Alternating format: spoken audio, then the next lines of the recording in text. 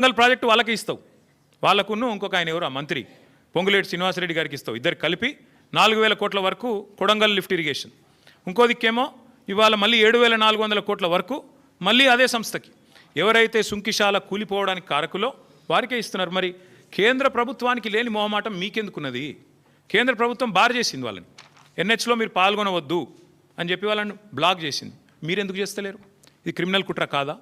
ఖచ్చితంగా నేను అంటా ఉన్నా, ఇది దోపిడీ తప్ప ఇంకోటి కాదు. కాంట్రాక్టర్లతో కుమ్మక్కై 1,000 కోట్లు కొల్లగొట్టడానికి ఢిల్లీకి ముడుపులు పంపి సీటు కాపాడుకోవడానికి చేస్తున్న ప్రయత్నం తప్ప ఏమీ లేదని చెప్పి మళ్ళొకసారి నేను చెప్తా ఉన్నాను. అట్లాగే ఎప్పుడో 20 ఏళ్ల కింద పేపర్కి పరిమితం అయిపోయిన ప్రాణహిత చేవెళ్లలోనేమో అది దాన్ని మేము రిజర్వాయర్లు యాడ్ చేసి బ్రహ్మాండంగా దానిలో తెలంగాణను రీడిజైన్ చేసి సస్యశ్యామలం చేస్తే అది స్కామ్ అట. మరి ఇక్కడ ఎందుకోసం తక్కువ ఖర్చుతోనే అయిపోయేదాన్ని పెంచితే స్కామ్ ఇట్లా కాదు ముఖ్యమంత్రి గారు చెప్పాలి. 1,100 కోట్లు 7,500 కోట్లు ఎట్లా పెరిగింది చెప్పాలి. ఇంకొక మాట కూడా చెప్పి నేను ముగిస్తాను. ఇవాళ జరుగుతున్నది వాస్తవానికి ఏంటంటే విడతల వారి దోపిడీ అని నేను స్పష్టంగా చెప్తా ఉన్నాను. ఒకేసారి 1,50,000 కోట్లు కాకుండా ముందు 7,400, ఆ తర్వాత నెక్స్ట్ ఇన్స్టాల్మెంట్లో మరొక 10,000, ఆ తర్వాత ఇంకో 20,000, ఈ పద్ధతుల్లో మూసీలో కూడా ముఖ్యమంత్రి గారు దోపిడీకి తెరలోపినారు. ఎంఆర్ అనే సంస్థ హైదరాబాద్లో మీకు తెలుసు, ఎంఆర్ ప్రాపర్టీస్ మీద ఇంకా ఎంక్వైరీ ఉంది. వాళ్ళని పిలిచి మాట్లాడుతున్నాడు ముఖ్యమంత్రి గారు, మూసీలోకి వచ్చేయండి, మీరు నేను 300 ఎకరాల ల్యాండ్ ఇస్తాను మీకు, అర్జెంటుగా మీరు వచ్చేయండి, అక్కడి నుంచి సంస్థను డబ్బులు తేండి పెట్టేయండి అని చెప్తున్నాడు. ఇంకోవైపు ఇదే ఏజెన్సీ, ఏ ఏజెన్సీని అయితే బ్లాక్ లిస్ట్ చేయాలి అని హెచ్ఎండబ్ల్యూఎస్ సిఫారసు చేసిందో ఆ సంస్థతో మాట్లాడుతున్నాడు. మీరు రండి, ఇందులో హ్యామ్ మోడల్ చేద్దాం, మీకు ముందే ఇచ్చేస్తా, ల్యాండ్ అంతా 400 ఎకరాలు ఇచ్చేస్తా, కట్టుకోండి మీ ఇష్టం ఉన్నది అని వాళ్ళతో మాట్లాడుతున్నాడు. ఎందుకు ఇంత ఆత్రము? అదే ఆత్రం నీకు తులం బంగారం ఇవ్వడానికి ఎందుకు లేదు? అదే ఆత్రం నీకు నెలకు 2,500 మహిళలకి ఇయనికి ఎందుకు లేదు? అదే ఆత్రం నీకు పిల్లలకి స్కూటీలు ఇవ్వడానికి ఎందుకు లేదు? విద్యా భరోసా కార్డులు ఇవ్వడానికి ఎందుకు లేదు? అదే ఆత్రం ముసలోళ్ళకి 4,000 పెన్షన్ ఇచ్చే విషయంలో ఎందుకు లేదు? ఎందుకు అంటే అక్కడ కమిషన్లు రావు, ఇక్కడైతే కమిషన్లు దండుకోవచ్చు, సీటు కాపాడుకోవచ్చు. నేను గుర్తు చేస్తా ఉన్న ముఖ్యమంత్రి గారికి, మేము మీలాగా ఆదరాబాదరాగా చేయలేదు.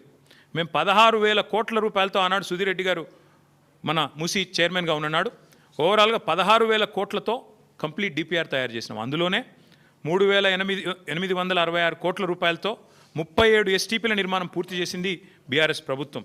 2017లోనే మూసీ రివర్ డెవలప్మెంట్ కార్పొరేషన్ ఏర్పాటు చేసినాం. కాళేశ్వరం జలాలతో ఆనాడే గోదావరి మూసీ నదిల అనుసంధానానికి 17 మే 2023లోనే మేము బ్రహ్మాండంగా పరిపాలన అనుమతులు కూడా ఇచ్చినాం, క్యాబినెట్ అనుమతులు కూడా ఇచ్చినాం. అట్లాగే మూసీ మీద 545 కోట్ల రూపాయలతో 15 బ్రిడ్జిల నిర్మాణానికి మేము ఆల్రెడీ టెండర్లు పిలిచినాం, నేను శంకుస్థాపనలు కూడా చేసినాను. ఇప్పటివరకు ఒక్క బ్రిడ్జ్ కూడా పూర్తి కాలేదు.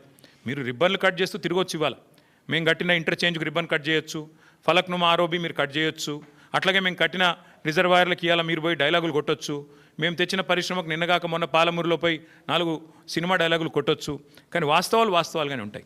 మీరు ఒక్క పరిశ్రమ తేలేదు, ఒక్క ప్రాజెక్టు కట్టలేదు, పైపెచ్చు మూసీ పేరిట మళ్ళొక్కసారి లూటీకి తెరదీస్తున్నారు. అందుకే ముఖ్యమంత్రి గారిని నేను అడిగేది, చిత్తశుద్ధితో పనిచేయండి. 16,000 కోట్లతో అయిపోయే మొత్తం ప్రాజెక్టుకి ఎందుకు ఈ అడ్డగోలు కార్యక్రమాలు చేస్తున్నారు? ఎందుకు ప్రజల్ని ఇబ్బంది పెట్టే ప్రయత్నం చేస్తున్నారు? ఆ రోజు సుధీర్ రెడ్డి గారు చైర్మన్గా ఉన్నప్పుడు ఎస్టీపీలు 100% పూర్తి చేశాం 3,866 కోట్లతో. అట్లాగే ఉప్పల్ బగాయత్ దగ్గర ఒక 5 కిలోమీటర్లు మోడల్గా అక్కడ ఆల్రెడీ బ్యూటిఫికేషన్ కూడా పూర్తి చేసినాం. అట్లాగే ఒక్క ఇల్లు కూలగొట్టకుండానే అన్ని ఎస్టీపీలు కూడా పూర్తి చేసినాం. మూసీలో మూటల వేట కోసం మేము ప్రయత్నం చేయలేదు. ఇంజనీర్లను పంపించాం, బ్రిడ్జ్లు ఎట్లా ఉండాలి అని చెప్పి ప్యారిస్కి, లండన్కి, గ్రీస్కి పంపించాం. యూరోప్లో మంచి బ్రిడ్జెస్ ఉన్నాయంటే చూడ్డానికి పంపించినాం. చీకటి ఒప్పందాలు కుదుర్చుకోలేదు, చిల్లర పనులు చేయలేదు. ఇప్పుడు మళ్ళీ చెప్తా ఉన్నా, పూర్తి స్థాయిలో చెప్తా ఉన్నా, ఔటర్ రింగ్ రోడ్డు చుట్టూ మళ్ళీ హైదరాబాద్ ప్రజలకు నేను విజ్ఞప్తి చేస్తూ ఉన్నా, ఔటర్ రింగ్ రోడ్డు చుట్టూ రింగ్ మెయిన్ మేము ఆల్రెడీ నిర్మాణం ఒక 50 కిలోమీటర్ల దాకా చేసినాం. మిగతాది కూడా పూర్తి చేసేది కేసీఆర్ ప్రభుత్వమే. మళ్ళీ వస్తాం, కేసీఆర్ ప్రభుత్వమే మిగతాది కూడా పూర్తి చేస్తుంది. తద్వారా రింగ్ మెయిన్ పూర్తి చేయడం ద్వారా ఏమవుతుంది, గోదావరి నీళ్ళు కానీ కృష్ణా నీళ్ళు కానీ భవిష్యత్తులో ఏనాటికి హైదరాబాద్కి ఇంకొక 500 సంవత్సరాలైనా కరువు లేకుండా చేసే బాధ్యత మాది. రోజు కాదు నల్లా నీళ్ళు, 24 గంటలు నల్లా నీళ్ళు ఇచ్చే బాధ్యత మాది. 1000% ఇది మా వాగ్దానం. మీకు వచ్చే ఎన్నికల్లో మా వాగ్దానం హైదరాబాద్ ప్రజలకు. ఈ ముఖ్యమంత్రి వల్ల కాదు అది, ఎందుకంటే ఆయన గోల్ అంతా ఎంతసేపు డబ్బులు ఎట్లా సంపాదించాలని. ముఖ్యమంత్రి గారు మొన్న బయటపడింది ఆయన మనసులోని మాట. ఒక టీవీ చర్చలో చెప్తున్నాడు, కేసీఆర్ తప్పుడు నిర్ణయం తీసుకున్నారు, 20,000 లీటర్ల వరకు ఫ్రీ వాటర్ ఏదైతే ఇస్తున్నాం హైదరాబాద్లో, అది చాలా తప్పు నిర్ణయం అన్నాడు ముఖ్యమంత్రి గారు. నేను మీకు ఇవాళ చెప్తా ఉన్నా, జిహెచ్ఎంసీ ఎన్నికల తర్వాత కాంగ్రెస్ ప్రభుత్వం ఫ్రీ వాటర్ స్కీమ్ కూడా రద్దు చేస్తుంది, రాసి పెట్టుకోండి. ముఖ్యమంత్రి గారి మనసులో మాట బయటపడ్డది. ఇవాళ మేము సిన్సియర్గా ఏదైతే ప్రయత్నం చేశామో దాన్ని కొనసాగిస్తాం. మీరు ఏదైతే ఇవాళ లూటీకి పాల్పడుతున్నారో దాన్ని కూడా అడ్డుకుంటాం. ఎందుకంటే తప్పకుండా మేము బీజేపీని కూడా అడుగుతున్నాం.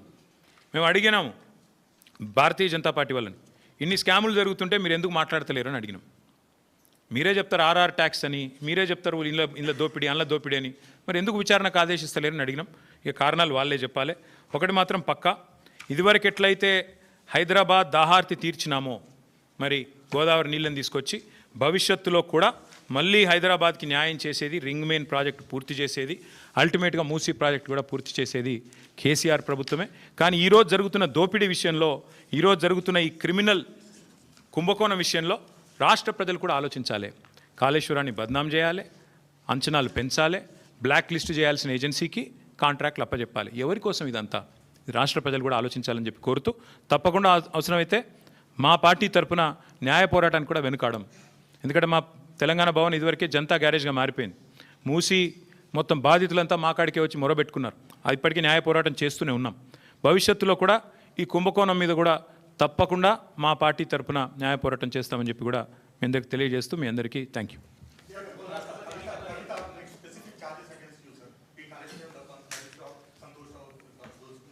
See Rahul, I'll tell you one thing. Whatever had to be discussed has been discussed in the party. Action has been taken. Once action has been taken, there is nothing further that I can add or comment. Because whatever had to be discussed internally on party forums, we have done that. And we have acted. And therefore, after the action has been taken, there is nothing further for me to comment or elaborate on. Thank you.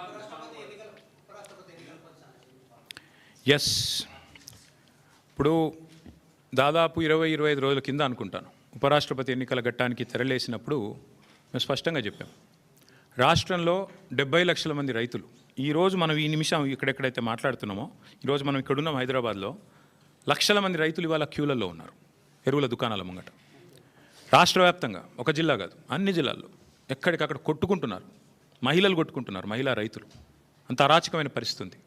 20-25 రోజుల కిందట మేము మా party నుంచి demand చేసినాం, ఇది రాష్ట్ర ప్రభుత్వ వైఫల్యమా, కేంద్ర ప్రభుత్వ వైఫల్యమా, ఎవరిది అన్నది మీరు తెలుసుకోండి, కానీ రైతులకు ఎరువులు అందించండి.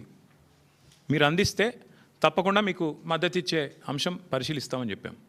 We have nothing against the 2 candidates. ఇద్దరు మంచోళ్ళే కావచ్చు, justice Reddy and CP Radhakrishnan ఇద్దరు కూడా మంచోళ్ళే కావచ్చు, మేము కాదంటలేదు. కానీ ఇవాళ వాళ్ళు రెండు కూడా, ఇద్దరు అభ్యర్థులు కూడా 2 వ్యవస్థలకు ప్రతినిధులు. అటు ఎన్డీఏ, ఇటు ఇండియా, ఈ 2 కూటమిలకి వారు ప్రతినిధులు. వారు వ్యక్తులుగా కాదు నించున్నది, ఇండిపెండెంట్గా నించోలేదు. ఒకరు కాంగ్రెస్ తరపున, ఒకరు